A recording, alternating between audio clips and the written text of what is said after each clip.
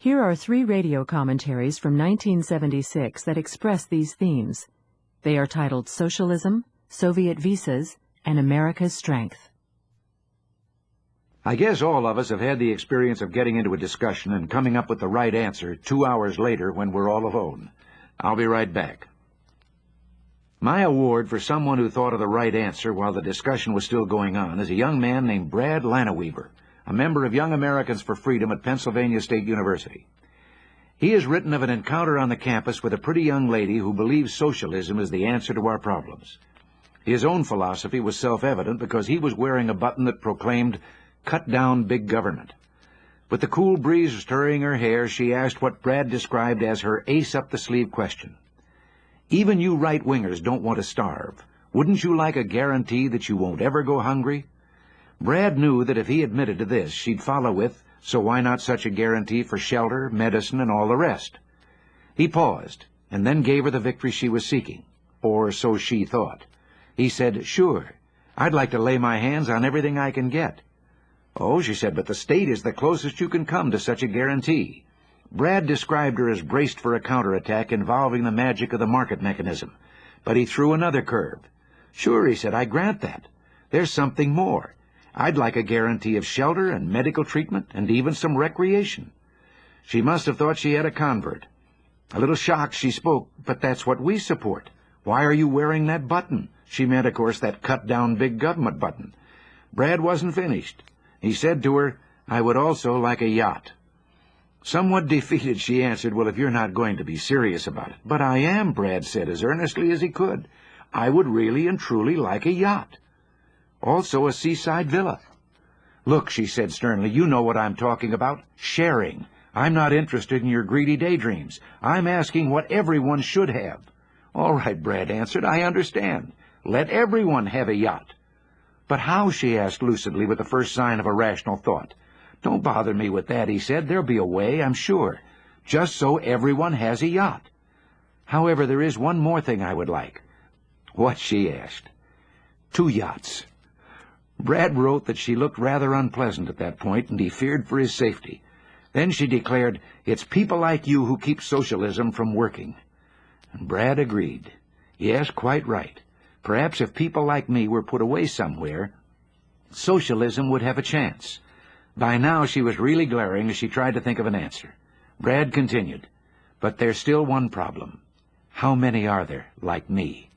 "Well, not as many as you think," she said, and walked away. And then Brad came up with a really appropriate last line. He wrote, "There she's wrong, and that's why she's a socialist." How right he is. Socialists ignore the side of man that is of the spirit. They can provide shelter, fill your belly with bacon and beans, treat you when you're ill, all the things that are guaranteed to a prisoner or a slave. They don't understand that we also dream. Yes, even of sometime owning a yacht. This is Ronald Reagan. Thanks for listening.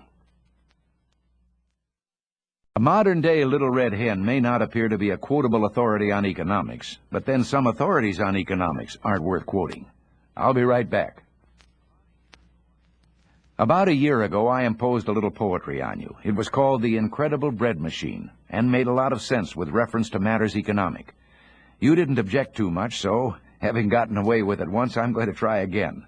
This is a little treatise on basic economics called The Modern Little Red Hen. Once upon a time, there was a little red hen who scratched about the barnyard until she uncovered some grains of wheat. She called her neighbors and said, "If we plant this wheat, we shall have bread to eat. Who will help me plant it?" "Not I," said the cow. "Not I," said the duck. "Not I," said the pig. "Not I," said the goose. "Then I will," said the little red hen, and she did. The wheat grew tall and ripened into golden grain.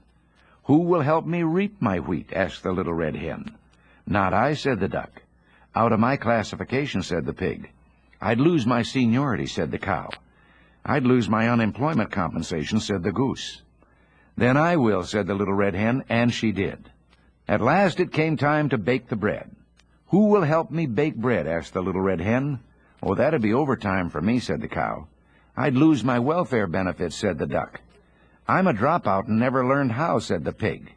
"Well, if I'm to be the only helper, that's discrimination," said the goose. "Then I will," said the little red hen. She baked 5 loaves and held them up for her neighbors to see. They all wanted some, and in fact demanded a share. But the little red hen said, "No, I can eat the 5 loaves myself." "Excess profits," cried the cow. "Capitalist leech," screamed the duck. "I demand equal rights," yelled the goose. And the pig just grunted. And they painted unfair picket signs and marched round and round the little red hen, shouting obscenities.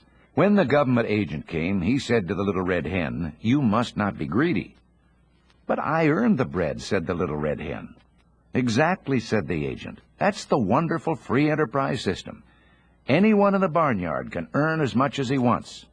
But under our modern government regulations, the productive workers must divide their product with the idle." And they lived happily ever after, including the little red hen, who smiled and clucked, "I am grateful, I am grateful." But her neighbors wondered why she never again baked any more bread.